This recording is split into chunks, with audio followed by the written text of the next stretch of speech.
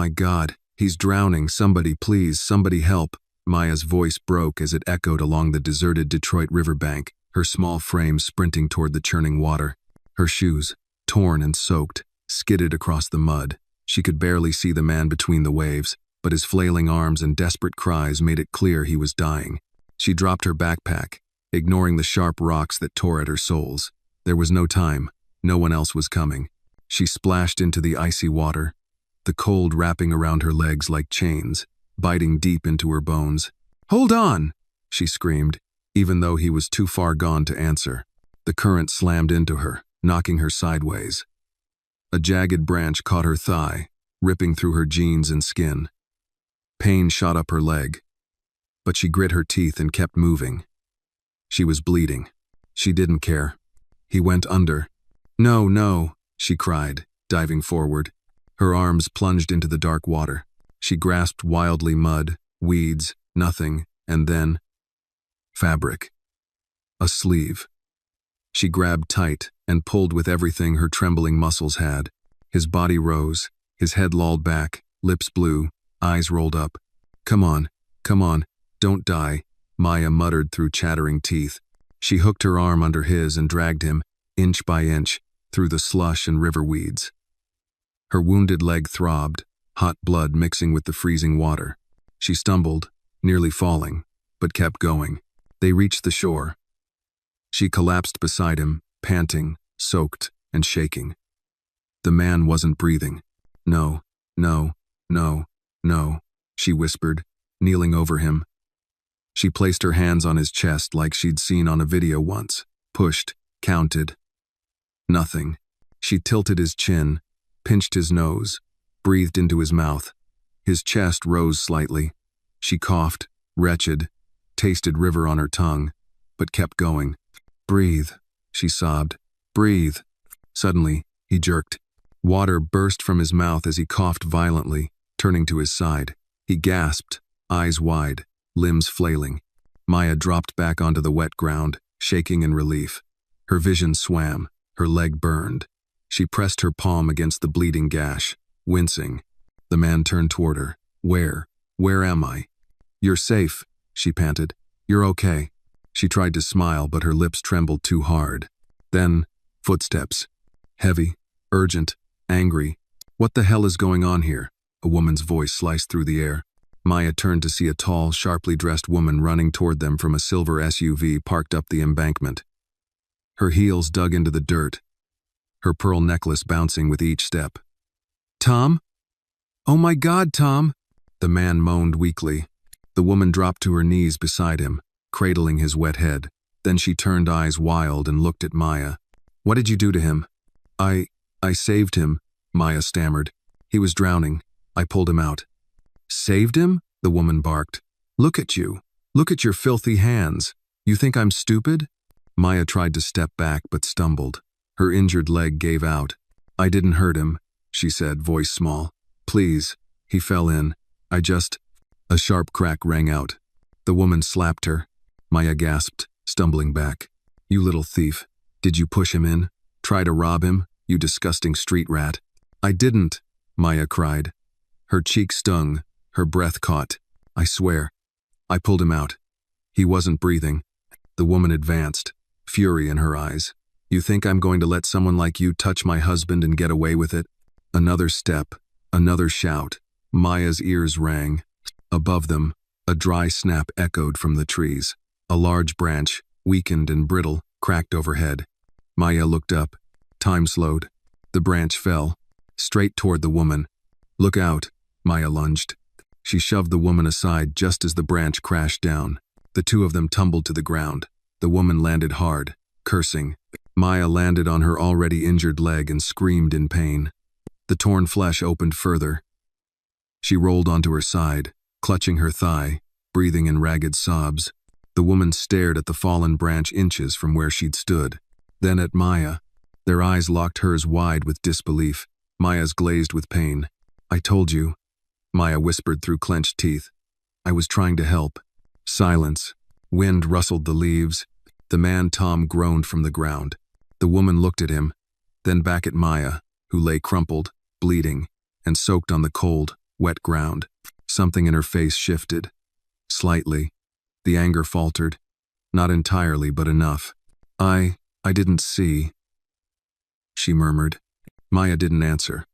Her head fell back against the dirt. Her body trembled. Then Tom's voice, hoarse and dry. "She saved me." The woman turned. "What?" He coughed. "She saved me." His eyes met hers, then drifted back to Maya, the girl who had nothing and gave everything. The wind quieted, and somewhere, beneath it all, the world began to change. If you feel for Maya, hit like and drop a comment with where you're watching from. You might find someone near you watching this too. The pain in Maya's leg was dull and deep, like something alive burrowed under her skin, throbbing with every heartbeat. Blood trickled slowly through her torn jeans, soaking into the mud beneath her. Her breath came in short, ragged bursts as she lay sprawled beside the man she'd just saved, no longer a stranger, but no one she truly knew. Above her, the woman stood still now, her eyes narrowed but confused. The fury that had fueled her earlier sharp, venomous was suddenly unfocused. It was clear she wasn't used to being proven wrong, especially not by someone like Maya. Someone dirty, poor, alone. But none of that mattered now. What mattered was that Maya's whole body was trembling. Her lips had turned pale. Her hands were freezing. The adrenaline that had carried her this far was draining from her like the warmth from her skin. Tom, the man, the one she had pulled from the river, who had coughed water back into the world like a second birth, was trying to sit up. He groaned, one arm buckling beneath him. The woman rushed back to his side. "Tom, you shouldn't move. Let me just stay still." He winced. "I'm fine. Just dizzy." "She hurt you? That girl?" "No," he said, sharper this time. "She saved me." The woman hesitated. "You're sure?" Tom nodded, slowly, like it cost him. "She dragged me out. Did CPR. I'd be dead if not for her." The woman looked back at Maya, who was still on the ground, one arm cradling her injured leg, the other trying to support her torso. Mud streaked her face, but her eyes were sharp despite the pain. Watching, waiting. Tom's gaze followed his wife's. He took in the torn jeans, the blood, the way Maya bit her lip to keep from crying. "She's hurt," he murmured. His wife pursed her lips, but said nothing. "I'll be fine," Maya whispered, not looking at either of them. "No," Tom said, trying to rise. "No, you won't. We need to get her help," the woman protested. "Tom, you're still wet and weak and—" "She's bleeding," he snapped. "Do you want me to ignore that too?" That shut her up. Tom turned to Maya again, softer now. "Can you stand?" Maya nodded, though she couldn't. When she tried, her leg buckled again and she cried out, barely catching herself on a nearby tree root. The cry wasn't loud, but it was raw, half pride, half pain. Tom reached out a hand. Maya flinched. "I'm not gonna hurt you," he said gently. She looked at the woman, then at him. Slowly, shakily, she reached back. His hand was warm, firm. He helped her sit upright. But when she tried to stand, she crumpled again. Her hands dug into the dirt, frustrated, humiliated. Tom looked at his wife. "Call someone. An ambulance. Now." She hesitated, lips tight. "Are you sure?" "Yes." Still reluctant, she pulled a phone from her designer purse and stepped a few paces away to call. Maya wiped her nose on her sleeve. "Sorry." "For what?" Tom asked. "For being in the way. I didn't mean to push her." "The branch." "I know," he said. "You saved both of us." Maya's face twisted. No one had ever said that to her, not with that much honesty in their voice. A long silence stretched between them, the kind that wasn't awkward, just full of everything unspoken. After a while, Tom asked, "What's your name?" "Maya." "Maya," he repeated, trying it out like a secret. "That's a strong name." She shrugged. "It's just a name." "No," he said. "It's more than that now." She didn't know what he meant. Not yet, but something in his voice made her want to believe it. His wife returned, heels squelching in the mud. "They're sending someone. 10 minutes. Tom nodded. They waited in the chill. The air was quiet. A dog barked faintly in the distance. The river murmured, as if still remembering the moment it almost took him. Tom shifted beside Maya. Where do you live? Nowhere. Under the bridge, mostly. He frowned. Alone? She nodded. That's not right. Maya didn't respond. She'd heard that line before from teachers, from caseworkers, people who said it with pity, not action. But this time, something about the way he said it felt different, more like a vow. Your leg needs stitches, he said after a moment. She gave him a sideways look. You a doctor? He smiled faintly. No.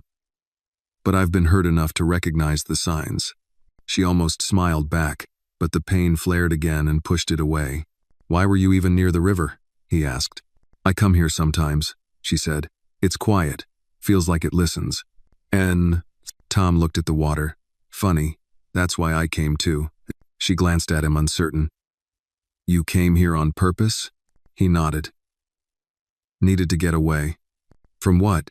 He hesitated. Then, noise, pressure, expectations. Maya tilted her head. That doesn't sound like something rich people worry about. He chuckled, low and tired. You'd be surprised. The sound of sirens grew closer, faint but rising. Maya sighed. Guess that's my cue. Tom looked at her. No. That's your beginning. No. And though she didn't know what he meant, again it stuck in her chest like a spark waiting for kindling. The ambulance pulled up to the gravel edge of the park. 2 paramedics ran toward them with kits and blankets. Tom didn't let go of Maya's hand. The ambulance lights strobed faintly across the trees, flashing red and white through the river mist. The paramedics moved quickly, too quickly for Maya's comfort as they reached her and Tom. One crouched beside her with a professional smile that didn't reach his eyes. We've got you, he said, reaching for her leg. Just hold still. Maya winced as cold hands pressed around the torn fabric and then parted it to inspect the gash. Blood had dried around the wound, but it reopened slightly under pressure, seeping bright red again. She clenched her jaw to keep from crying out. Deep, but not too wide, the medic muttered. She'll need stitches for sure. Din. She needs more than that, Tom added, still seated beside her, his own body wrapped in an emergency blanket, his voice stronger than before. The second medic turned to him. Sir, we'll take you in too.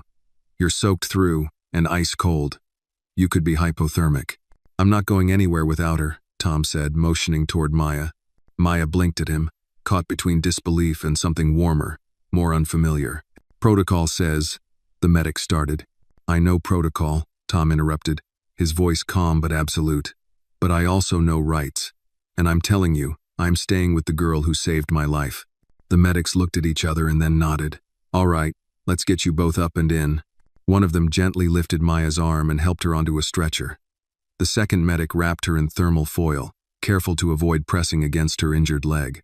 Her body, exhausted and numb, gave in to their movements.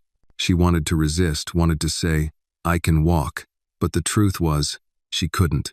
As they wheeled her up the incline toward the ambulance, Maya caught a glimpse of the woman again, Tom's wife. She stood at a distance, arms crossed tight across her chest, her expression unreadable. Not angry now, but not apologetic either. When their eyes met, Maya didn't flinch. She held her gaze, and for a brief moment, the woman looked away first.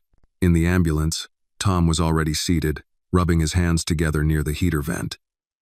His skin was still pale, his hair damp and sticking to his forehead, but there was life in his eyes now, and when Maya was rolled in beside him, he gave her a nod.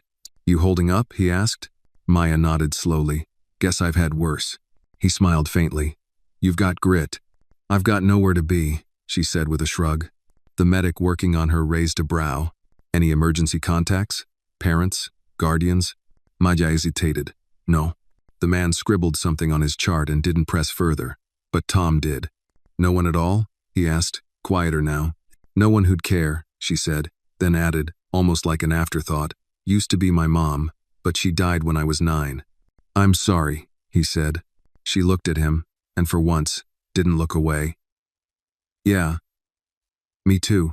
Though, the ride continued in silence for a minute, filled only by the hum of the engine and the rustling of supplies. Tom rubbed his forehead. What were you doing there? She asked. At the river. He paused, thinking, regretting things, avoiding a meeting I didn't want to go to. You almost died. I know. Maya turned her face toward the window. watching the blurred city lights streak past. I didn't think you were gonna make it. Tom looked at her, studied the cuts on her face, the mud on her hands, the rip in her jeans. You should have walked away, he said quietly, but you didn't. Maya's jaw tightened. People walk away from me all the time. I guess I didn't want to be like them. That sentence, spoken plainly, hit Tom harder than any branch or current ever could.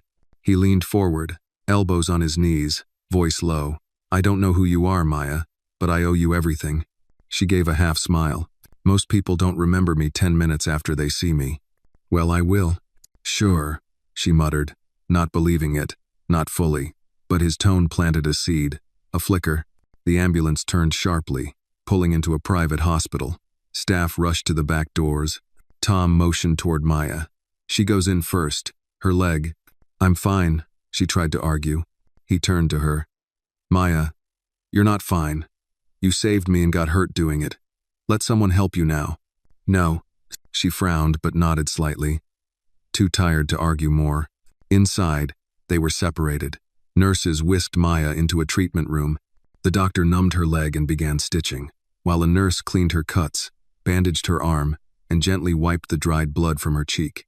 The sting of antiseptic was nothing compared to what she'd already felt that day. An hour later, she was placed in a recovery room, a quiet space with one window and a thin hospital blanket that, to her, felt like the softest thing she'd touched in years. She stared at the ceiling, still unsure if this was real. Then the door creaked open. Tom stepped in, now in dry clothes, gray slacks, a navy sweater that looked expensive but worn. You okay? He asked. She nodded. It doesn't even hurt that much now. He stepped closer. My wife told me what happened with the branch. She thought. He stopped. She's not used to being wrong. She hit me, Maya said bluntly. Thought I was hurting you. Tom sighed. I know. She panicked. And then, she judged. I'm not excusing it. Maya didn't reply. Her face was unreadable. She won't touch you again, Tom said quietly. Maya looked at him then, really looked. Why are you still here? Tom's answer came without hesitation. Because I've spent most of my life surrounded by people who want something from me. You didn't. I didn't even know who you were. Exactly. Silence. Then Tom asked, what would you say if I told you I didn't want this to be the end of our story? Maya blinked. What do you mean? I mean, I'm not leaving you to go back to a bridge and pretend like none of this happened. Her throat tightened. Her heart didn't know what to do with hope. It kicked hard, fast, frightened. No one's ever said that to me before. Tom gave a soft smile. Then I guess I'll be the first. Maya didn't sleep that night. Even though the bed was soft, too soft, almost, and the blanket warm, her mind refused to rest. Every time she closed her eyes, she heard the river again. The way it pulled at her, the man's lifeless weight, the woman's slap. And then, Tom's voice. She turned onto her side, careful not to disturb her bandaged leg, and stared out the hospital window. Dawn was creeping into the sky, painting it with brushstrokes of pale gold and ash gray. Somewhere down below, the city was waking up. People would be starting their cars, drinking their coffee, walking their dogs. She wondered if they knew a girl like her existed, let alone saved someone like Thomas Ward. The door clicked open. Maya tensed instinctively, her fingers tightening around the blanket. But it was him. Tom stepped in slowly, carrying 2 cups of something hot. He looked different now, still older, still silver-haired, but calmer. Less like a man who'd almost drowned and more like someone freshly rewound, like something heavy had lifted from his chest. Morning, he said. Didn't mean to wake you. I wasn't sleeping, Maya replied, sitting up a little. He handed her a cup. Hot chocolate. The scent hit her first, sweet, warm, unreal. She blinked, unsure whether to trust it. I figured coffee's not your thing, he said. I've never had either, she muttered. Tom chuckled softly and sat in the chair by her bed. Then let's start with the one that tastes like dessert. Maya lifted the cup carefully. It burned her fingers through the paper, but she didn't mind. She took a small sip. Her eyes widened. That good? He asked, smirking. She nodded. Like warm candy. He sipped his own coffee and looked around the room. They're discharging me in a few hours. Maya looked down. Guess you'll be heading back to wherever people like you go. There was no sarcasm in her voice, Just quiet expectation, the kind forged by years of temporary kindnesses that always expired. Tom didn't answer right away. He took another sip. Then, what if I said I didn't want to go alone? Maya blinked. Huh? I've been thinking, he continued, his voice softer. You saved me. You risked everything, got hurt, and you didn't even know who I was. You didn't ask for anything. Zero. I didn't do it for a reward, she said quickly. I know that, which is exactly why I want to offer you one. Maya frowned. What kind of reward? Not money, Tom said. Not a check or a one-time thing. I'm talking about something real. A place to live. A chance to rest. Go to school. Be a kid again. Maya stared at him, the cup trembling slightly in her hands. You don't even know me. I know enough. She shook her head. You're just feeling guilty. Or grateful. It'll pass. No. Tom leaned forward. I've built companies, Maya. Hired people. Fired people. Trusted people who let me down. And yet in one moment out there, in the freezing water, a stranger cared more about me than half the people on my payroll ever have. Maya swallowed hard. I meant it, he said. When I told you, this doesn't have to be the end of our story. Her lip twitched. What would your wife say? He sighed. She's not thrilled, but she also wasn't the one drowning. The silence stretched. I don't know how to do any of that, Maya said quietly. Do what? Be normal. Sleep in a bed every night. Trust people. Tom smiled gently. That makes two of us. They sat in silence again, but this time it was comfortable, familiar. I haven't gone to school since last year, she murmured. They said I had attitude. Do you? Only when I'm hungry. He chuckled. She looked up at him again, her voice small. What would I call you? He blinked. I hadn't thought about that. I mean, I can't just call you guy who almost died. He grinned. You could. Has a certain ring to it. Maya smiled despite herself.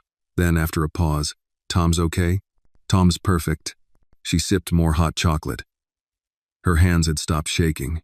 He reached into his coat pocket and pulled out something small. A card, black, sleek, with a silver logo pressed onto the front. She took it cautiously. What is it? Just a key, he said, to something better. I'm not ready, she whispered. You don't have to be. Just willing. Her eyes met his again, and this time, she didn't look away. I'm willing, she said, voice barely above a whisper. Tom nodded. Then let's start with that. And in that quiet hospital room, with the smell of cocoa in the air and sunlight breaking through the blinds, something shifted. Not just between them, but within them. The car ride was unlike anything Maya had ever experienced. The seats were soft like clouds, the air smelled faintly of cedar and leather, and there was classical music playing soft, string-heavy, the kind of sound that felt like it belonged in a museum. She sat stiffly in the back seat of the black SUV, dressed in clean hospital clothes and wrapped in a blanket the nurse had insisted she keep. Tom sat beside her, still quiet, still watching. He wasn't staring, just glancing over now and then, as if making sure she didn't vanish, like part of him wasn't convinced she was real. The driver, a man named Carl, was polite but silent. Maya couldn't help but study the back of his head and the expensive watch on his wrist. Everything about this felt strange. Not bad, just unreal, as if she'd fallen asleep on the riverbank and was still dreaming. Where are we going? She asked finally. To my house, Tom replied. She stared at him. You have a house? He smiled gently. Most people do. Yeah, but yours has, like, rooms, doors, maybe a fridge that hums when it's full? He chuckled. Yes, all of the above. She looked out the window again. The city passed by gray buildings, neon signs, a row of people waiting outside a soup kitchen. Her chest tightened. I used to stand in that line, she muttered. Tom didn't reply right away. Then, for how long? A year, maybe more. You were what, 12? 11 when I got kicked out of my last group home. They said I fought too much. Did you? She hesitated. Once, a boy kept calling me Roach. Said I smelled like the street. Tom's knuckles tensed slightly on his knee. What happened? I broke his nose. A beat of silence. Then Tom said, Good. Maya blinked. You're not supposed to say that. You're not supposed to be 11 and homeless either. She let out a breath she didn't realize she'd been holding. The car grew quiet again, the violins from the radio filling the silence. After a while, Tom asked, "What about before that? Before foster care?" Maya looked down at her hands. They were clean now, bandaged, but clean. My mom was a teacher, English. She used to read out loud even when it wasn't story time. Said stories made people less afraid. She sounds kind. She was. Until she got sick. Tom didn't ask with what. He didn't have to. Maya's voice had changed. Lower. Heavier. She tried to keep me out of the system. Said she had plans. But the cancer moved too fast. And when she was gone, the plans went with her. She stared out the window again. I remember her hands. Always warm. Always moving. Tom looked at her, eyes soft. She'd be proud of you. Maya shrugged. You didn't know her. I didn't have to. I can see what she left behind. That made something ache in her chest. Not the kind of ache that made you run. The kind that made you want to stay still. Let it be felt. They crossed into a quieter part of the city. The buildings grew farther apart. The sidewalks cleaner. The lawns greener. Eventually, the car turned down a tree-lined street with stone walls and iron gates. This is it, Tom said softly. Maya leaned forward, watching as the gate opened automatically and the car rolled through. The house wasn't a house. It was a mansion, brick and glass, big windows, a front yard that looked like a park. She didn't say anything, but her mouth parted slightly. You live here? She whispered. Tom smiled. It's just a house. No, it's a castle. Carl parked in front. A housekeeper opened the door from the inside.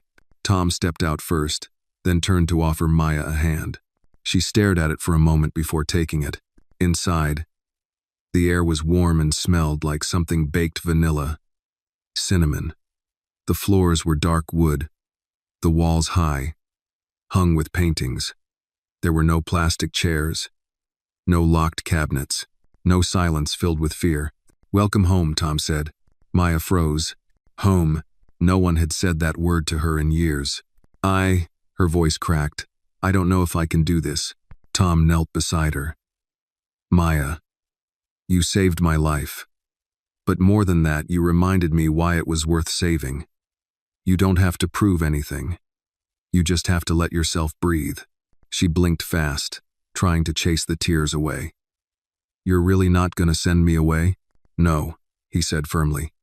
You're not invisible here. And for the first time in a long, long time, Maya believed him. Dinner was nothing like the meals Maya remembered from the shelters. Those came on dented trays, lukewarm, with the smell of bleach in the air. This was something else entirely. She sat stiffly at one end of a long oak dining table in a room that could have fit her entire childhood apartment. A chandelier sparkled overhead, flickering off silverware so polished it reflected her uncertain face. A housekeeper named Loretta had brought out steaming plates, baked chicken, roasted vegetables, soft rolls, and mashed potatoes so fluffy they didn't seem real. Tom sat at the opposite end of the table, not out of formality, but because Maya had chosen the far chair when she entered the room. It made her feel smaller, less in the way. He didn't fight her on it. The first few bites felt like betrayal. Every taste reminded her of how long she'd gone without this kind of warmth, how deeply she'd taught herself not to want things that could be taken away. She kept her eyes down, fork steady, chewing slowly as if the food might vanish if she moved too fast. You don't have to finish it all, Tom said gently, watching her. She paused mid-bite. It's just good, he smiled. Glad to hear that. Loretta's been with me for 20 years. She's a better cook than I ever deserved. No. Maya took another bite of the potatoes. Taste like Sundays. Tom blinked. What do Sundays taste like? Warm, she said simply. They ate in silence for a while after that, but it wasn't uncomfortable, just quiet, like two people listening to a conversation neither needed to speak aloud. Eventually, Maya looked up. Why didn't you tell me who you were right away? Tom took a sip of water before answering.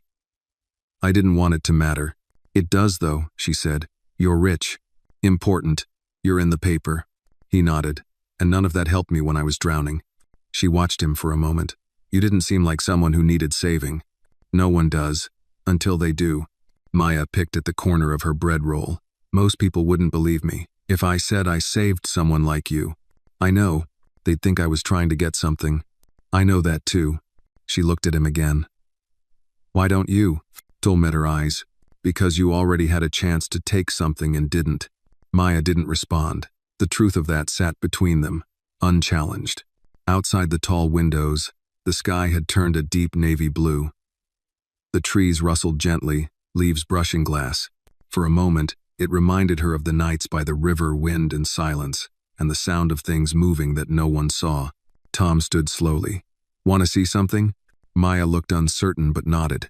He led her down a hallway lined with photographs, some framed in gold, others simple black wood. She paused in front of one, a woman with warm eyes and a smile that reached deep. Her hair was swept back, her hand on a young boy's shoulder. My wife, Tom said, his voice quieter now. Maya didn't ask what had happened. She could tell by the sadness in his voice that the loss was old but never distant. She was the one who made this place feel like more than just a big house. I like her smile, Maya said. Looks real. Tom nodded, staring at the photo longer than he needed to. He turned and led her to a room near the back of the house. The door creaked open into a cozy space, bookshelves, a fireplace, and 2 armchairs facing the window. One of the chairs had a knitted throw blanket on the arm, as if someone had just stepped away. This was her reading room, he said. She called it the quiet corner. Maya stepped inside slowly, almost reverently. She trailed her fingers along the shelf closest to the door. Do you read? He asked. Used to, she said, before things got loud. Tom walked to the bookshelf and pulled down a slim, faded book. The cover showed a boy and a tree. He handed it to her. The Giving Tree. Maya took it, staring down at the familiar drawing. She read this to me once. My mom. Tom sat in one of the chairs. You want to read it again? Maya hesitated, then lowered herself into the second chair and opened to the first page. Her voice was quiet. A little unsure at first, but steady. She read aloud, and Tom listened not just with his ears, but with his heart. He heard the girl who hadn't been read to in years. The girl who had given more than anyone had ever asked. The girl who had become someone's hero, even when no one had ever tried to be hers. By the last page, her voice caught. She closed the book and looked out the window. Tom didn't say anything. He didn't need to. The silence said enough. Eventually, Maya spoke again, her voice barely above a whisper. Do you think trees ever get tired of giving? Tom's answer was slow, thoughtful. I think they do, but I also think sometimes they just need someone to sit in their shade for a while. Maya leaned back in the chair, and for the first time in a long time, she let herself rest. Morning filtered through gauzy curtains, painting soft lines of gold across the library walls. Maya woke slowly, curled in the armchair beneath the knitted blanket she hadn't meant to fall asleep under. Her legs still ached, but the throbbing had dulled overnight, replaced by a gentle soreness that reminded her she was safe. Not outside, not under a bridge, not cold and hidden. Safe. Across from her, Tom sat in the other chair, legs crossed, newspaper in hand. He looked up when she stirred, offering a tired but warm smile. You slept through the storm, he said, nodding toward the window. She followed his gaze. Outside, wet leaves clung to the glass, and water dripped from the roof in rhythmic taps. The wind had passed, but the air was still thick with its memory. I didn't hear it, Maya murmured. That's how you know you slept deep. She sat up slowly, pushing the blanket off her lap, suddenly aware of how still everything felt. No yelling, no sirens, no stomping footsteps or clanging metal carts. Just quiet. I guess I forgot what quiet sounds like, she said. Tom folded the paper and set it on the side table. Most people don't appreciate it until they lose it. Maya studied him for a moment, noticing for the first time the fine lines around his eyes, the way his shoulders slumped a little more when he thought no one was looking. She remembered the weight of his body in the water, how lifeless he'd seemed, how close he'd been to disappearing. You don't look like someone who needs saving, she said softly. He looked up, surprised. I've heard that before. Did you believe it? Sometimes, he said. But not that day. She nodded, pulling her knees up into the chair. You still haven't told me, she said after a moment. Told you what? Who you are. Really? Tom sighed. Does it matter? Yes, she said plainly. Not because I care about the name, but because everyone else will. Micah. He looked at her, long and steady, then gave a small nod. My name is Thomas Ward, he said. I built a tech company in the late 90s, sold it, built another, Ward Tech. Maya's brow furrowed. That sounds familiar. It should. It's on half the phones and tablets in this country. Her eyes widened, just slightly. So you're like rich? Tom chuckled. Yeah, I suppose so. She leaned back. Then why were you alone, by the river, dressed like someone who wasn't rich? His smile faded. Because that day, I didn't want to be Thomas Ward. I just wanted to be Tom. A man who could sit quietly without someone needing something from him. She didn't respond right away. Then, and you got me instead. He tilted his head. I got you instead. Sorry to disappoint, she mumbled. He chuckled. You didn't, not even close. A silence settled again, but it was warmer now, softer, less like a wall between them and more like a shared space where words didn't have to fill every corner. You know, Maya said after a while, most people I meet, they ask questions first. What's your story? What'd you do to end up here? What's wrong with you? Tom raised an eyebrow. And what do you say? Whatever makes them leave me alone. He nodded thoughtfully. And me? You didn't ask anything. You just, Saturday. He leaned back in his chair. Maybe I was too tired to interrogate a hero. I'm not a hero, says the girl who jumped into a freezing river for a stranger. She looked down at her hands, still bandaged, still raw from the current and the rocks. You ever feel like you're still underwater? She asked. Tom's face shifted just a little. The kind of shift that said, I know that feeling too well. Every day, he said quietly. They sat there, two people with lives so far apart they shouldn't have even shared a sidewalk. But here they were. In armchairs. In quiet. In something like trust. Maya reached down and picked at a thread on her sleeve. If you're Thomas Ward, doesn't that make your wife? Tom sighed. Cynthia. Yes. She's been protective. Stubborn. Distrustful. She hit me. I know. Maya didn't say anything. Her silence was louder than a scream. She's afraid, Tom said. Of change. Of me getting hurt. Of people taking advantage. Maya scoffed. She thought I was stealing from you. She didn't even listen. I know, he repeated, and I'm not excusing it. Maya's voice turned bitter. I get it. People see someone like me, and they already know the whole story. They don't, Tom said, but they think they do. She looked up. What if you start thinking the same way? He didn't answer immediately. Then you'd remind me who pulled me out of the river. She gave him a crooked half smile. That's a pretty good line. It's not a line, it's a promise. No. For the first time, Maya believed him without needing to, without testing it, without building a backup plan. She leaned back in the chair and exhaled. I still like calling you Tom better. I prefer it, he said. Thomas Ward gets too much mail. She smirked. And attention. Exactly.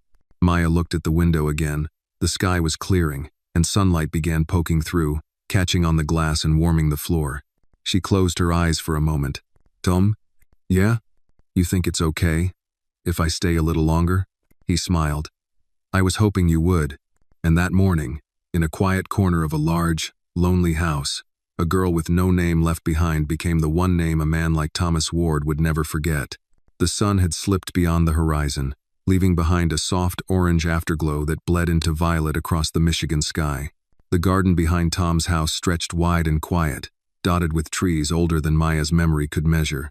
One of them, a massive maple, stood near the edge of the yard, its branches bent like old arms ready to catch dreams.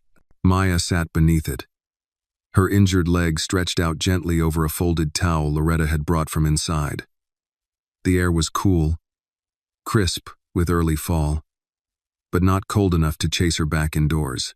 She liked the silence, not the silence of fear or neglect, but one filled with breath and leaves and space to think. Tom approached from the back patio with 2 mugs in hand. One of them steamed with hot cocoa again. Maya smiled faintly as he handed it to her. You trying to bribe me? She asked. I'm trying to keep you warm, he replied. But if bribery works, I'll keep that in mind. She took the mug, fingers curling around it gratefully. This place is quiet. Too quiet sometimes, Tom said, easing himself down beside her on the grass with a grunt, especially after Cynthia moved upstairs. She doesn't stay here? Maya asked, keeping her tone casual. She stays apart, he said carefully. We've grown used to different spaces. Maya sipped her cocoa, thoughtful. Is that normal? For people who live together? Sometimes. For people who forget how to listen? She tilted her head. You don't seem like someone who forgets things. Tom let out a soft laugh. You'd be surprised how many things I've let slip away. The wind stirred the maple's branches above them. One leaf, burnt orange and gold, detached and floated down, landing gently on Maya's lap. She stared at it for a moment, then ran her fingers across its crisp surface. When I was little, she said, my mom used to say trees are like old people. Tom raised an eyebrow. How so? They don't talk much, but they've seen everything. And when they drop their leaves, it's just them letting go of things that don't serve them anymore. He was quiet for a beat. Then, softly, that's beautiful. She was like that, Maya murmured. Said things that made the world feel less scary. Tom glanced at her. You still carry her, you know. Maya looked down. Sometimes I forget her face, but I remember her voice. That's the part that matters, he said. The voice stays with you, long after everything else fades. She was quiet then, sipping from the mug, her breath visible now in tiny clouds. I didn't think I'd ever get to sit like this again, she whispered. Not under a tree, not with someone, just still. Tom didn't reply immediately. He let the moment hold. Me neither, he finally said. She looked at him, surprised. You? With all this? He gave a small nod. Money fills rooms, not hearts. The honesty in that sentence caught her off guard. I didn't save you for this, you know, she said, motioning around her. I know. I didn't even know who you were. Just some guy flailing in the water. And you jumped anyway. She turned to face him more fully. You keep saying I saved your life. Because you did. But, did you want to be saved? He blinked. That was the question. And she knew it. Tom looked out at the darkening sky, his voice quieter than before. That morning, I felt heavy, like something inside me had gone gray. Cynthia and I hadn't spoken properly in weeks. My board wanted to push out a new product I didn't believe in. Every room I walked into was a performance. He paused, shoulders rising with a deep inhale. I didn't plan to die, he said, but I didn't care if I came back. Maya didn't speak. She didn't move. She just listened. And then, he said, voice cracking just slightly, there were your hands. Small, cold, pulling me up like I mattered, like someone still saw me. Maya blinked against the sudden sting in her eyes. I didn't know I was saving more than a drowning man, she said. Tom turned to her. You saved a part of me that I thought was already gone. They sat there, beneath the sprawling branches, as the stars blinked into place one by one. No rush. No noise. No need for the world to catch up to them. Eventually, Maya leaned back against the tree, careful of her leg, and let her head rest on the bark. Is this what normal feels like? She asked. Tom smiled. I don't know, but it feels good, doesn't it? Yeah, she whispered. Above them, the maple leaves rustled, carrying her mother's voice, maybe in memory, maybe in spirit, saying, you matter. And for the first time in a long time, Maya believed it. The dream came quietly. Maya was back in the old apartment, the one with the peeling green wallpaper and the leaky sink that never got fixed. It smelled like oatmeal and chalk dust, like it always had when her mother was home early from school. There were books stacked on every available surface, half-read stories with bent corners and pencil marks in the margins. Somewhere, a kettle was whistling, and her mother, tall, gentle, tired in the eyes but bright in the voice, was kneeling beside her. Okay, baby, she was saying. One more time. How do you spell it? Maya, younger and gap-toothed, giggled and traced the letters on the back of a cereal box. M-A-Y-A. Her mother beamed. Perfect. Never forget your name, Maya. It's the one thing no one can take from you. The kettle screamed louder. The room faded. her mother blurred like fog in a cracked mirror. Maya woke with a gasp. Her chest rose and fell rapidly as she blinked into the dark, high-ceilinged bedroom. It took her several seconds to remember where she was, that she wasn't under a bridge or in the back of a shelter cot. She was in Tom's house, in a bed so soft it had frightened her the night before, in clothes that didn't smell like sweat and concrete. The sheets rustled as she sat up, breath still shaky, her fingers curled around the edge of the blanket. The dream had felt too real, too kind, and then it had been ripped away. A soft knock broke the silence. "Maya?" came Tom's voice. She hesitated. "Yeah? Mind if I come in?" She looked around the room, suddenly aware of the clock on the nightstand, 7:14 a.m. "Sure," she said after a pause. Tom stepped inside in house shoes and a fleece sweater. He held 2 mugs, one in each hand. "I thought you might be awake." She forced a small smile. "Guess I don't sleep in. Bad dream?" Her silence was answer enough. He offered the cocoa without asking this time. She took it with both hands, grateful for the heat. "She was in it," she whispered after a while. "My mom." Tom sat in the chair near the window, not too close, just enough. "She was helping me spell my name," Maya said. "She used to say it was something no one could steal." Tom looked down at his mug. "She sounds like someone worth remembering." "I try," Maya said, voice thickening, "but sometimes she fades, and I hate that. She wouldn't blame you for forgetting." "But I do," Maya said quickly, "because forgetting feels like losing her all over again." Tom nodded slowly. "Loss doesn't come all at once, does it? It sneaks in through the cracks, day by day." Maya's eyes welled up, but she didn't let them fall. "What did you lose?" He didn't answer immediately. His gaze went out the window, to the garden below, still slick with morning dew. "My son," he said at last. Maya blinked. "I didn't know you had a son." Tom offered a tight, pained smile. "Neither do most people." "Jew." He paused. "His name was Owen. He died when he was 10. Car accident. A week before, I was supposed to take him to the lake house for the first time." Maya's mouth opened slightly. "I'm sorry. I didn't talk about him for years," Tom said. "Not even to Cynthia. We just stopped saying his name, as if that would stop the hurting." "It didn't though, did it?" "No," he said softly. It just made the silence louder. Maya wiped her sleeve across her face. "Do you ever forget him?" Tom looked at her, eyes glassy.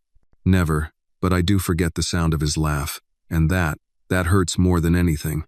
They sat in stillness again, this time wrapped in shared sorrow, shaped differently but cut from the same cloth. After a while, Maya said, "I'm scared I'm gonna mess this up." "This?" "This place. You. Everything. I've never had anything good that lasted." Tom leaned forward slightly. "You didn't mess up saving me. That was different." "Sublime." "How?" "Because that was one moment. This is like being given a future, and that's way scarier." He nodded, not dismissing the fear. "Then let's not try to predict the whole future right now. Let's just start with today." Maya looked at him. "What happens today?" "I was thinking pancakes," he said, a twinkle behind the fatigue in his eyes. "You ever made 'em?" "No." "Then it's time." A reluctant smile cracked her lips. "You're trusting me with a stove? I figure if you can survive a river and Cynthia's right hook, a skillet won't scare you." She snorted softly, and just like that, the weight of the dream, of the fading memory, loosened if only slightly. She climbed out of bed, careful with her leg, and followed him toward the kitchen. As they walked, she glanced at the photograph of his son on the hallway shelf. The boy looked happy, frozen in laughter. She paused for just a second, then reached out and gently tapped the glass. "Hi, Owen," she whispered, and then she kept walking. The scent of pancakes and sizzling butter drifted through the open kitchen, warming the cool morning air inside the house. Maya stood by the island counter, sleeves rolled to her elbows, her hair pulled back into a messy ponytail Loretta had helped tie. The spatula in her hand felt foreign, almost ceremonial, as she watched the batter bubble in the pan like tiny volcanoes. "Flip them when the edges look dry," Tom coached from across the stove, his voice calm, not condescending. Maya squinted. "They still look wet. Wet. Give it another 10 seconds. She nodded, tongue poking slightly from the corner of her mouth. completely focused. When the bubbles formed a ring around the edge, she slid the spatula underneath and flipped. The pancake landed with a soft splat, slightly uneven, but golden brown. She beamed. "Did you see that?" Tom chuckled. "Like a pro. Don't lie to me, old man." "I wouldn't dream of it," he said, raising both hands. They made 6 more pancakes together, stacking them high like a leaning tower of maple syrup potential. Maya sprinkled blueberries on top like she'd seen on a commercial once. They sat at the breakfast nook, bathed in morning light, the house still and calm. For a while, they just ate. No questions, no fear, just food and the soft clink of forks on plates. Then Maya spoke carefully. "You know I still don't understand all this." Tom looked up, curious. "All what?" "You, this house, that car, the way Loretta keeps folding my socks like I'm royalty or something." He wiped his mouth with a cloth napkin. "You mean, you don't understand why a billionaire's living like a man who doesn't want to be noticed?" Maya paused. "Yeah. That... Oh." Tom leaned back, sipping his coffee. His eyes drifted toward the window, where the garden lay glistening under the early Sunday.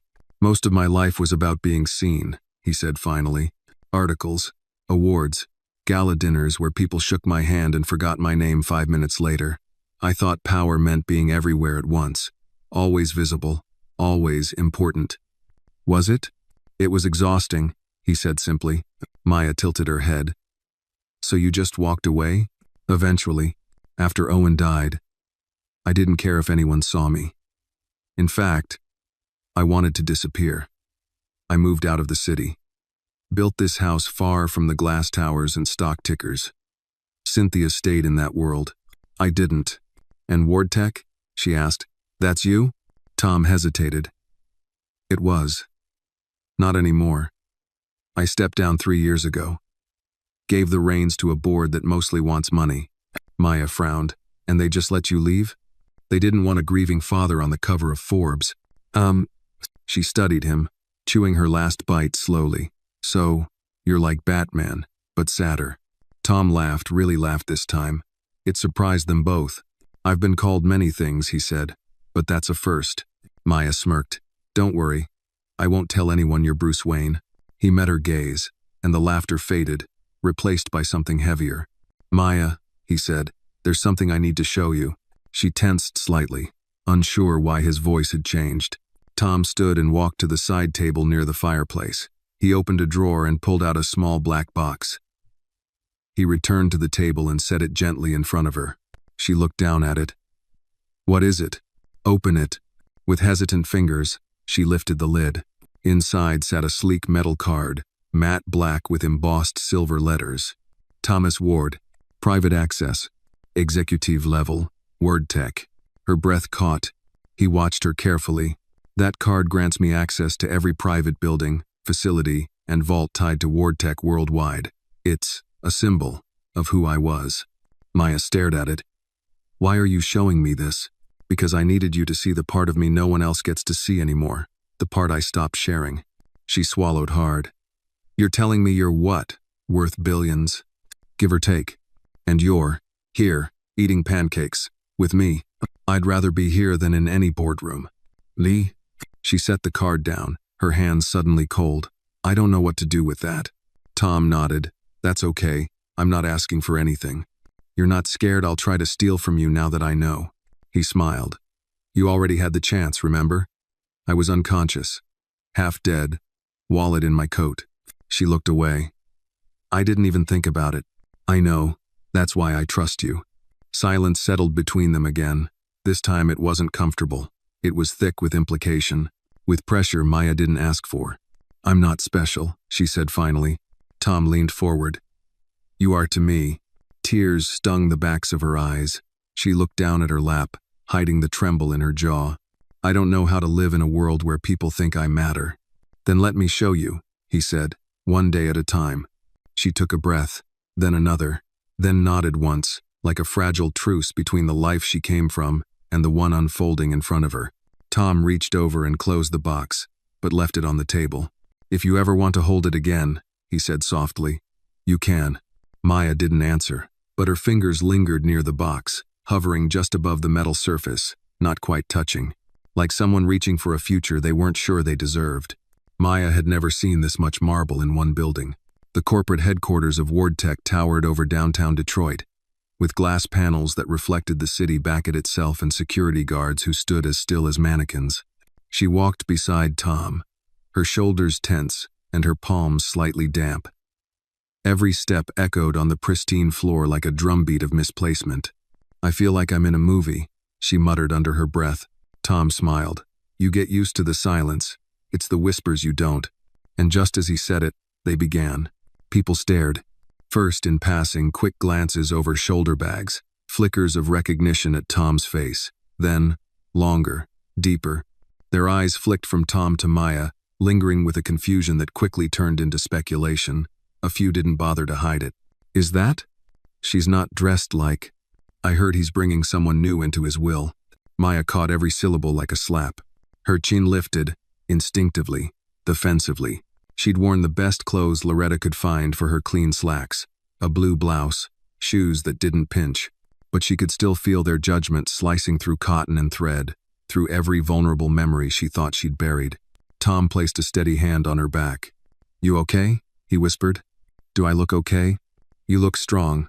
She swallowed. "You sure bringing me here was a good idea?" "I didn't bring you here to be shown off," he said, low and firm. "I brought you here because you deserve to see the truth." They stepped into the elevator.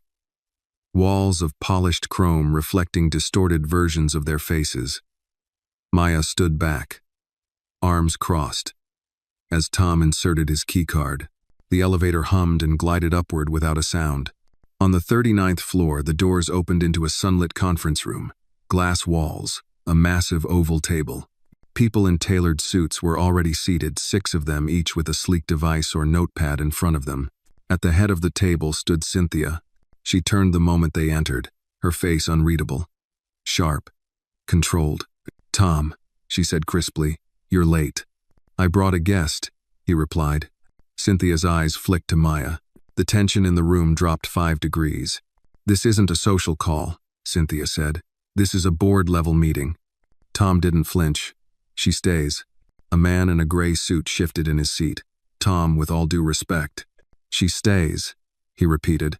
Maya took the seat furthest from the head of the table, folding into herself, trying to be invisible and failing at it entirely. Cynthia sat at the other end, lips pressed into a tight line. "For the record," Cynthia said to the group, "Miss Brooks has no formal role in this company and should not be privy to confidential information." Tom glanced at Maya. "She's here to hear the part of the story none of you ever told her." Maya frowned. "Told me?" Cynthia inhaled sharply. "You're not going to start this here." "I am," Tom said. "She deserves to know." He turned to Maya. 3 years ago, your mother filed a whistleblower complaint against a WardTech subsidiary about a faulty biometric system being used in juvenile detention centers. It was logging false entries. Some kids got locked down for hours with no way to prove they weren't breaking curfew. Maya froze. "She said she had documentation," Tom continued. "Internal emails, time-stamped footage. Everything." I didn't know that," Maya whispered. Cynthia's voice was cold. "She went to the press. The story didn't make it far. Someone cut the leak." "Your mother lost her job," Tom said, ignoring Cynthia's tone. "And the day after that, the cancer diagnosis came through. She was never able to fight both." The room was silent. Maya couldn't breathe. Her mind spiraled back to the nights her mother came home later and quieter, back to the whispered arguments on the phone. The nights Maya woke to the sound of typing and the light from under the door. "She was trying to protect them," Maya said, voice breaking, "and no one listened." "She tried to protect you," Tom corrected softly. Maya looked up, blinking tears. "What happened to the data?" Cynthia shifted. "There's no record of a full submission." Tom narrowed his eyes. "Because someone buried it. Likely someone in this room." Ugh. A flicker of guilt passed across one board member's face, but it disappeared just as quickly. Tom stood.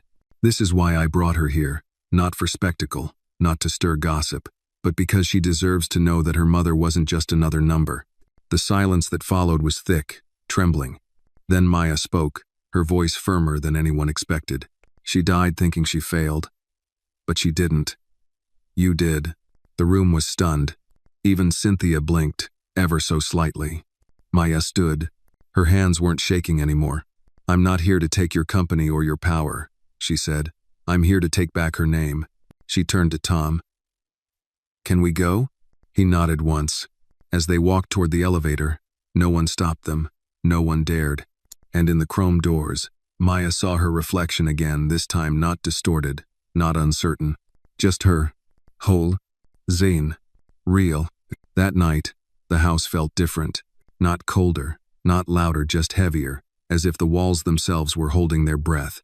Maya sat alone in the sunroom, a cup of untouched tea cooling in her hands. Outside, the moon hung low and pale over the garden, its light casting soft shadows across the floor. She hadn't spoken much on the drive back. Neither had Tom. There was nothing left to say that didn't feel like ripping something open. Loretta peeked her head in from the hallway. You need anything, sweetheart? Maya shook her head. No, ma'am. Just thinking. The housekeeper nodded, her eyes kind. Well, don't think too hard. It's bad for your blood pressure. A small smile tugged at Maya's lips, but it didn't last. When Loretta left, Maya finally set the cup down. Her legs carried her to the hallway without her fully realizing it, down past the library, past the photo of Owen, and to the locked study door she'd seen Tom enter earlier. It was open now. Tom sat at his desk, sleeves rolled, glasses on, a stack of printed reports and folders spread across the mahogany surface. He didn't look up right away. When he finally did, it was with eyes that had aged a few years since that morning. Can't sleep? He asked. Maya stepped inside. Can you? Tom gave a tired smile. Not really. She walked slowly to the edge of the desk, glancing at the reports. Names, dates, emails, WardTech logos on every page. What are those? She asked quietly. Everything your mother tried to bring to light, he said. I found a backup she stored on a secure drive. She was smart, sent it to a personal cloud the company never accessed. Maya's eyes burned. So it's real. She wasn't paranoid. She wasn't making it up. No, Tom said. She was right. There was a long pause. And now that you know, Maya asked, voice tight, what happens next? Tom leaned back, taking off his glasses and rubbing his face. If I go public with this, stock drops. Shareholders revolt. The board comes after me with teeth. Maya crossed her arms. So, what? We bury it again? No, he said. But I need to do it right. Not just for you. For her. For the kids still trapped in that system. She nodded slowly. And Cynthia? She'll fight it. Let her, Maya said, voice sharper now. She stood by while my mom lost everything. Tom studied her. You want justice, he said. I want her name cleared. I want the people who let this happen to feel what it's like to be powerless. He didn't flinch. And if that means burning the company down? Maya hesitated. Then, if it's built on silence, maybe it should burn. Tom leaned forward, clasping his hands. I've spent decades trying to build something that lasts, but maybe what really lasts is what we're willing to fight for. Maya sat down in the chair across from him. I never got to say goodbye, she whispered. Tom met her eyes. Then let's say something now. He reached into the drawer and pulled out a small velvet box. Inside was a necklace, simple, silver, with a charm shaped like an open book. Maya gasped softly. I found this in the evidence log from her old desk. She kept it in her drawer, maybe for you, maybe for herself. Tears spilled freely now. She never got to give it to me. She is now, Tom said gently. Maya reached out and took the necklace, her fingers trembling as she clasped it around her neck. A silence passed this one sacred, not empty. Tom reached for one of the files and pushed it toward her. There's one more thing, he said. The name of the man who buried the leak. He's still on the board. Maya stared at the page. I want to face him. You will, Tom promised. Not alone. The weight in the room shifted, then less burden, more purpose. Maya stood, the charm cool against her skin, her shoulders squared.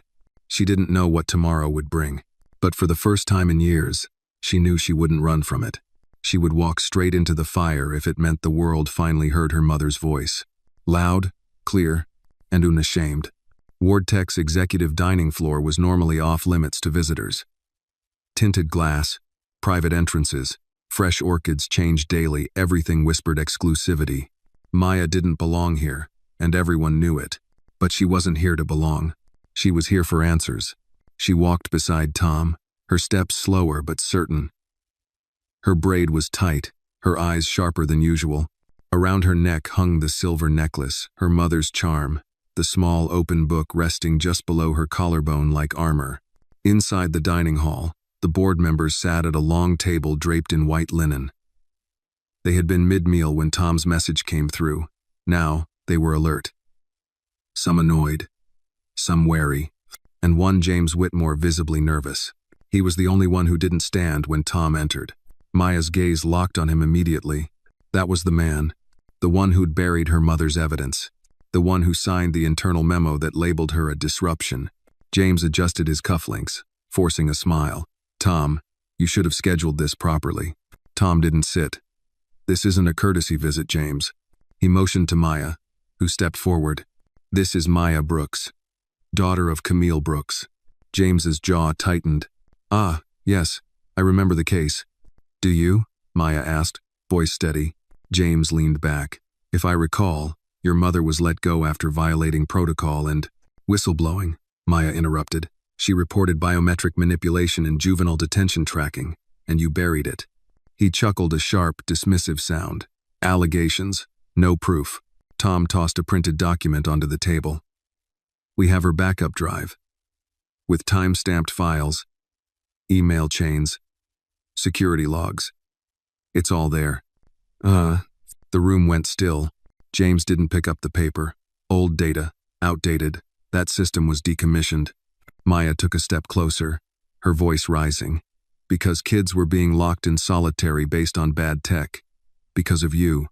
James stood now, slow and deliberate. Young lady, I understand this is personal, but don't, she said. Don't call me that. Don't talk down to me. You destroyed her career. She died thinking no one believed her. You don't get to soften that. Other board members looked between them, silent. No one came to James's defense. He glanced around, reading the shift in power. This is a calculated attack. Tom's voice was cold. It's a reckoning. Maya held up her phone and tapped the screen. You're being recorded. For public record, James paled slightly. You can't do that. In this state? Tom cut in. We can, and we are. James's voice dropped an octave, now desperate. Tom, if you leak this, it'll ruin more than just me. Stockholders, partners. Good, Maya said. Maybe they'll think twice next time before silencing someone who speaks up. James stepped forward now, a flicker of menace rising. You think anyone's going to listen to a girl from nowhere? Tom stepped between them. She's not from nowhere. She's from Camille. Silence crashed over the room like thunder. James opened his mouth to respond, then shut it again. Tom turned to the others. I moved to terminate James Whitmore from the board, effective immediately. A pause. Then one by one, hands rose. Majority. It was done. James backed away slowly, a storm of shame and panic brewing in his eyes. He turned without another word and exited the room. His steps loud and fast. Maya watched him go. It didn't feel like victory. It felt like breath. She looked to Tom, who gave her a quiet nod. Then to the others, who avoided her eyes. Cowards, maybe, or just bystanders too long. She didn't care. Outside the boardroom, she finally let the tears fall. Not out of grief this time, but because justice, quiet, overdue, imperfect, had finally stepped into the light. And in that moment, with her mother's name reclaimed, and her own voice no longer shaking, Maya knew. She had just begun. Rain tapped gently against the window pane. Not the kind that made people run for cover, but the kind that lingered soft, steady, cleansing. The kind Maya's mother used to say washed away lies and left only what was true. Maya sat at the edge of the desk in the study, her fingers hovering over a fresh sheet of stationery. The silver charm around her neck was warm against her skin, almost as if it pulsed with her heartbeat. She could hear Tom in the kitchen, murmuring on the phone with a lawyer, likely about press protocols or legal cleanup. But in this moment, it all faded to a hush. In front of her lay a simple sheet of paper, untouched except for 2 words at the top. Dear Mama, She stared at them for a long time. Then, with slow determination, she began to write. I don't know where to begin. Maybe with this. You were right. About everything. The system, the silence, the danger of speaking up. You weren't crazy. You weren't wrong. They tried to erase you, but they couldn't. Not completely. Because I'm still here. Her hand trembled, but she kept going. I found the files you hid. Tom found them, actually. Yeah, Tom Ward. That man you always called. The suit on TV. Turns out, he wasn't just drowning in that river. He was drowning in guilt. In grief. In silence. Just like you. And somehow, we pulled each other out. The pen scratched quietly across the page. They listened to me, Mama. Me. The girl who used to stutter reading out loud. The girl you taught to hold her shoulders up, even when the world looked down. I stood in that room. I said your name. I told them what they did, and they couldn't look away. She paused, swallowed, then continued. They fired the man who buried your voice. It doesn't fix everything, but it's a start, and I swear to you it won't stop here. A tear dropped onto the paper, smearing the ink slightly. I miss you. Every day. But today, I didn't cry because you were gone. I cried because I remembered who you were. Because I felt you in the room when I stood up. Because I wasn't scared. Not this time. She signed it simply. Love, you're Maya. She folded the letter slowly, tenderly. Not to send, but to keep. A truth stored, not shared. A conversation she never got to have. Finally whispered into the page. When she stepped into the hallway, Tom was waiting. He looked up from his phone. You all right? Maya nodded. Yeah, I just had to write something down. He didn't ask what. He didn't need to. Instead, he held out a small, weathered envelope. I found this in her cloud folder, dated 2 days before she passed. Maya's breath caught. Her fingers shook as she opened it. Inside was a handwritten note, barely a few lines. Maya, if anything happens to me, keep your head high. The world is full of liars, but it's also full of fighters. You're one of them. Don't forget your name. Love, Mama. Maya pressed the paper to her heart. She didn't speak. She didn't need to, because this wasn't the end of the story. This was the moment it became hers. The next morning, Maya stood alone in the kitchen, sunlight spilling across the countertops like honey. She wore a simple black hoodie over jeans, sleeves pushed up, hands dusted in flour. A bowl of biscuit dough sat in front of her, just like the ones she and her mother used to make on quiet Sunday mornings in that cramped old apartment. Only now, the windows were wider. The air was cleaner. And she was no longer alone. Footsteps padded softly behind her. Are we expecting guests? Tom asked, leaning against the doorframe. Nope, Maya replied without looking up. Just figured it's time I started cooking for myself. Tom smiled. Loretta's going to be offended. She'll get over it, Maya said, kneading the dough. He moved closer, watching her work. You've been up since 6? Couldn't sleep. Mind was full. With? Letters. Names. What comes next? Tom nodded. We've filed the report with the DOJ. The whistleblower protections will kick in. Your mother's legacy will finally be recognized. Maya gave a quiet, pleased hum. I want to take it further. Tom tilted his head. How far? She turned, wiping her hands on a towel. I want to start something. A program. Scholarships, maybe. Workshops. For girls like me, ones who grew up thinking no one would listen. Tom's smile widened, slow and proud. I'll fund it. Maya raised a brow. You don't even know what I'm calling it. Though, I don't care. If you're leading it, it's worth it. She leaned against the counter, arms folded. You ever gonna stop surprising me? Unlikely, he said. But I think you're getting better at handling it. She grinned. Then, something outside caught her eye, a delivery truck pulling into the driveway. The driver jumped down, walked toward the front door with a large envelope in hand. I didn't order anything, Tom said. Maya moved toward the door. Maybe I did. The driver handed over the envelope and left without a word. Maya opened it carefully. Pulling out a sleek brochure and a typed letter on letterhead marked Detroit Public Policy Network. Tom looked over her shoulder. Dear Miss Brooks, Maya read aloud. We recently learned of your late mother Camille Brooks's advocacy on behalf of underserved youth. In light of the evidence you've brought forward, and in recognition of her legacy, we'd like to formally invite you to speak at our annual Justice and Reform Conference. She stopped reading. Her hand trembled slightly, but not from fear. Tom looked at her. You going? She didn't answer at first. Instead, she walked into the study, opened the drawer where she kept her mother's letter, and tucked the invitation inside, next to it. Then she turned back to him. I'm not going to speak about her. Tom looked confused. No? I'm going to speak like her, Maya said softly. So they finally know what it sounds like when a black woman tells the truth and won't be ignored. Tom said nothing. He didn't have to. Maya stepped back into the kitchen, slid the biscuits into the oven, and set the timer. When she turned, he was still watching her. What? She asked. You're different now. Maybe, she said. Or maybe I was always this. I just needed someone to remind me. He nodded. So what's the name of the program?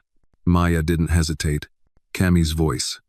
And just like that, the silence that had followed her for years through loss, injustice, fear cracked open, and something stronger came through. A voice. Clear. Steady. Ready to be heard. Outside, the sky was turning bluer, and inside, a door one long shut was finally wide open. 2 weeks later, Maya stood backstage at the Detroit Justice and Reform Conference. She wasn't wearing anything extravagant, just a navy blue blazer Loretta had pressed for her that morning, black slacks, and the silver book charm glinting softly at her collar. Simple, real, and powerful. Beyond the curtain, the muffled sound of applause drifted from the auditorium. The keynote speaker had just finished, and the MC's voice echoed through the speaker system. And now, please welcome someone whose bravery has reignited a critical conversation across the nation. Founder of the new Camille's Voice Initiative, Maya Brooks. The clapping swelled. Maya's heart pounded. Tom had offered to stand backstage with her, but she declined. She needed to do this alone. As she stepped into the light, the applause washed over her, warm, affirming. She reached the podium, adjusted the microphone slightly, and scanned the crowd. Activists, lawyers, students, survivors, and more than a few familiar faces from Ward Tech's board. Cynthia was there. She didn't smile. Maya didn't need her to. She began, My name is Maya Brooks, and I didn't come here today to tell you about injustice. You already know it. You live it. You study it. You've felt it in courtrooms, classrooms, and hospital rooms. So instead, I came to talk about silence. She paused. It's the silence after someone tells the truth and no one listens. It's the silence of closed doors and locked systems. It's the sound of a mother dying with her story still hidden, buried beneath shame and shamefully ignored. The room was still now.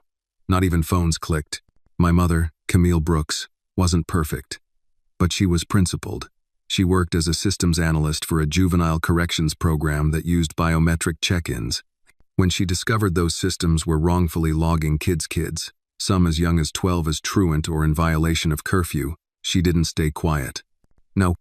Her hands rested gently on the podium, steady. She reported it internally. Nothing happened. She reported it externally. The story was buried. She was fired. And then came the cancer. By the time she was gone, her name had been erased from everything but a pay stub and a death certificate. She let that sit for a breath. But the truth doesn't die. It just waits for someone brave or angry enough to carry it again. Soft murmurs rose. Heads nodded. I was angry, she said, for years. At her. At the world. At myself. I thought she gave up. But she didn't. She left behind evidence. She left behind her voice. And now, I'm here to use mine. Maya glanced toward the crowd and found Tom near the back, arms folded, eyes glassy. She told me once that your name is something no one can take from you, Maya said, her voice warming. But they'll try. They'll tell you to sit down, to speak softer, to be grateful for the crumbs. Her chin lifted. Don't. The scattered applause erupted. She didn't pause for it. Camille's voice is just beginning. We're launching our first workshop next month, legal training, advocacy resources, digital literacy for girls in foster care and juvenile systems. We won't wait for someone to come save them. We'll teach them how to speak so powerfully, No one can pretend not to hear. Now the applause was louder, no longer polite, full-throated. Maya smiled just slightly. This isn't just about my mother anymore. It's about yours, your daughters, your students, your clients. It's about every time you told the truth and someone called you a liar. A final pause. And to the people who kept us quiet for so long, I want you to hear this clearly. She leaned closer to the mic. We're done whispering. The auditorium erupted. People stood, clapped. Some cried. And as Maya stepped back from the podium, she felt none of the fear that had once chased her through shelters and bus stations and corporate hallways. She felt light, zen, whole. When she walked off stage, Tom was waiting.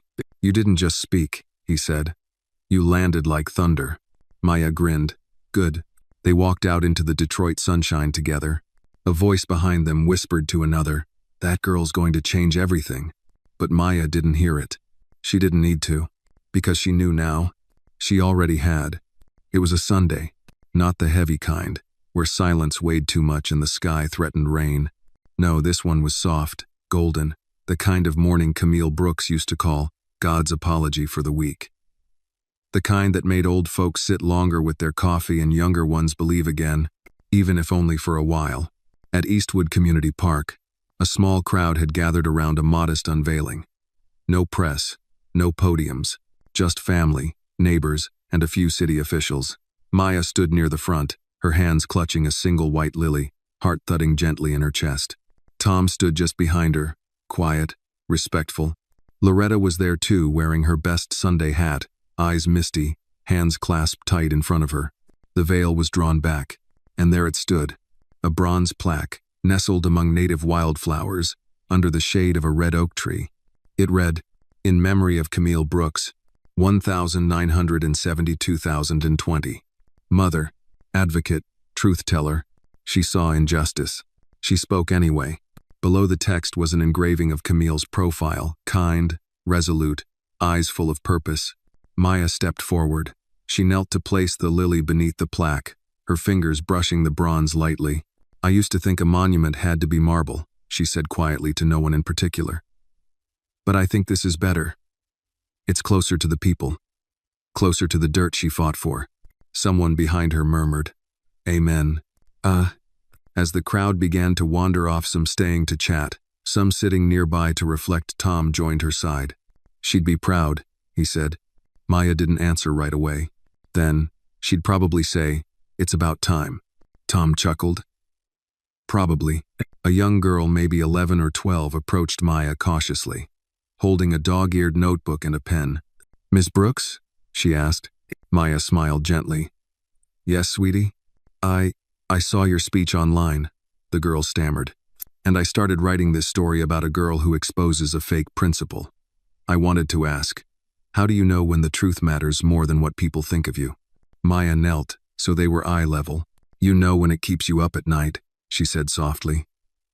When silence feels heavier than fear, that's when you know. The girl nodded solemnly and handed her the notebook. Can you sign it? Maya did, writing. Keep writing the truth. You already have the voice. No. As the girl skipped away, Maya stood slowly, brushing her hands on her jeans. Tom watched her. You know, he said, this isn't the end of the story. I know, Maya replied. It's the root. He looked curious. Of what? She turned to face him, her eyes bright but grounded. Of something bigger, something she started. I'm just giving it water. Tom nodded. Together, they began walking toward the car parked beneath the sycamores. Not a limousine, just Tom's dusty old hybrid, which Maya now drove half the time. As they buckled in, Maya glanced once more at the plaque in the distance. A monument, but also a mirror. A reminder that even in silence, seeds wait patiently for light. And once they rise, they do not stop growing. The email came on a Tuesday. Maya was sitting at the worn desk in the converted attic office formerly Tom's storage space, now the official home of Camille's voice. She had just finished reviewing grant applications for their first pilot program in Flint, Michigan, when the notification pinged on her laptop. She clicked it absent-mindedly at first. Then her breath caught. It was from the Department of Justice. Subject: whistleblower acknowledgement and posthumous recognition of Camille Brooks. She opened it.